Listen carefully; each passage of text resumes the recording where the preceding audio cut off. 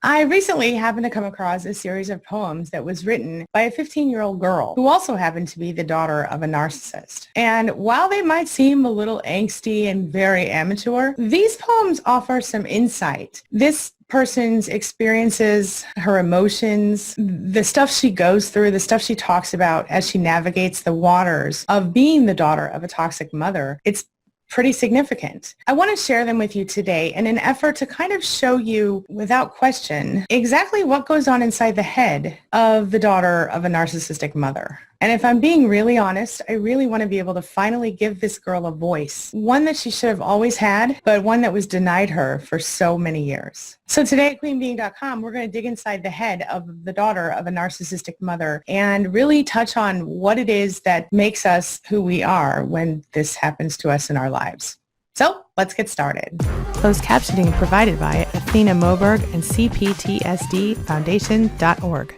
I'm Angie Atkinson, and this is Toxic Relationship Rehab, where I help you discover, understand, and overcome narcissistic abuse in toxic relationships so that you can take your life from surviving to thriving and to an entire new level of evolution. So if that sounds good to you, hit that subscribe button and let's just get going. Maybe you're going to relate to today's video because you are the child of a narcissist, or maybe you'll relate because your child is the child of a narcissist. Maybe you want to know how to make your kids feel better or how to protect them from their narcissistic parent. Maybe you just want a little insight into the mind of a daughter growing up with a narcissistic mother. Whatever it is that you're looking for, stick with me because I think you'll be pretty surprised at the types of insights we can gain from these poems today. Don't worry, they're not long. Let's just take a look at them, shall we? The first one is called Family. Tears fall from my eyes. I care not to claim my family ties. They hold me down, they let me out a bit, but then pull me back again, only to find things worse. The others, they've got it so good, but they don't know it. They don't live with me. I wonder why they try to make it seem so bad. Why do they try?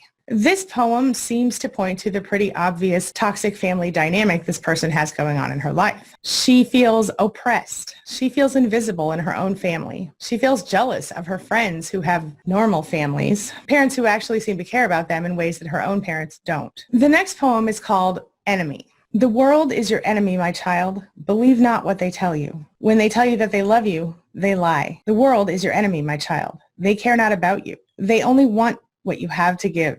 The world, my child, is your enemy. This poem seems to point to the perspective of the world that this 15-year-old child has developed up to this point in her life. She clearly doesn't trust her primary caregiver, and this leads her to doubt everyone in the world, and most especially herself. She feels unsafe in the world because, if we're being honest, up to now, everyone in her life has left her feeling lost, abandoned, alone, and to be honest, not good enough. She feels like she needs to be completely self-reliant, and yet she doesn't feel that she can count on herself. Just a glimpse into the future, this kid, ironically, less than 10 years later, would find herself married to a narcissist as well. That's more common than you think. The next poem is untitled. Trust no one. You have no one to trust. The world is a liar. It won't stay faithful. Lies only hurt more than truth. Actions speak. Where to turn? I am lost. I have no one to confide in. I shall soon be a flat little pile of emotion with no purpose to life except to be sick and in pain. I am dying. I am going now to speed up the process. Yes, angst for sure. And clearly the dark sentiment of this child continue in this poem, which she wrote immediately after a betrayal by her toxic mother. She clearly feels alone and she seems to be in gut-wrenching emotional pain here. She feels completely destroyed and feels like she's living in hell at the hands of a completely unempathetic mother from whom she cannot escape. The next poem is called Love. Love? Confidence slain by harsh words, I cry. I know not what to do. She hurts me, but then expects love and respect. She only receives deep resent and hatred and death wishes. Death should be granted to the lonely, the miserable, and the mothers. Hell is for me. What this girl is touching on here is the toxic parenting she has been exposed to up to this point. She talks about how she's been humiliated and emotionally devastated by her toxic mother's behavior in public, the way she chooses to discipline her. She feels oppressed and also silenced. And she's reliving the trauma of having been called out in a public way by the narcissist. She painfully remembers the way everyone's face looked as they stared at her while her mother dressed her down in front of them. The looks of pity, the looks of disgust. She silently begs for peace as she clearly begins to recognize that the type of love she was getting from her narcissistic mother wasn't love at all. That isn't real love. It's toxic. And here she is at 15 years old starting to recognize that. And yet she also feels like she can't get away from it. She can't escape it unless she ends her own life. It's very sad. The next poem is called Alone. Leave. I beg you silently, leave me alone. I do not want your love or affection. I want you to leave me alone. Your kind of love is not the kind of love I need. Humiliation is not a good teacher. The names, the faces, the feelings garbled up with you, to me, spells suicide. Please, I beg of you, leave me alone. In this poem, the author is talking about the way that she feels after having been emotionally abused for so long by her mother. And she is making it really clear exactly what that feels like to her. And clearly, she, once again, sort of alludes to the fact that she feels like suicide is the only out for her. It's very unhealthy. The final poem we're going to touch on today is called It is Depression. It is depression when it hurts to smile. She makes me cry with just a look. She hates me. Why does she keep me around if she hates me? It is depression when you know that your own mother hates you. I carry this weight that I do not need. It is depression when you have no willpower. It is depression when you are me. I am depression. In this poem, clearly the author is expressing her pain. She's talking about what emotional hell she's living in at that moment. This is a deep situational depression where she's not functioning on any sort of healthy level at all. This is a direct result of the abuse that she's been experiencing at the hands of her narcissistic mother. In the poem, she's describing exactly how her mother makes her feel, how her mother can just look at her and make her cry. And she makes it clear that she feels like her own mother hates her. She feels the psychological weight of this oppression, and she's angry at herself for not being able to stand up for herself. Does any of this ring true for you? Have you experienced these types of emotions in your life? If so, you might be dealing with a toxic mother. So you're probably wondering, who was the mysterious author of these poems? Well, if you've stuck with me this long and you've known me very long, you might have guessed that it was me. I found the poems while I was digging through a bunch of my old writing stuff a few months ago, and I saved them because I wanted to share them with you. I did this for a couple of reasons. Number one, reading them back made me remember exactly how it felt to be the kid who wrote those poems. It offered me some insight.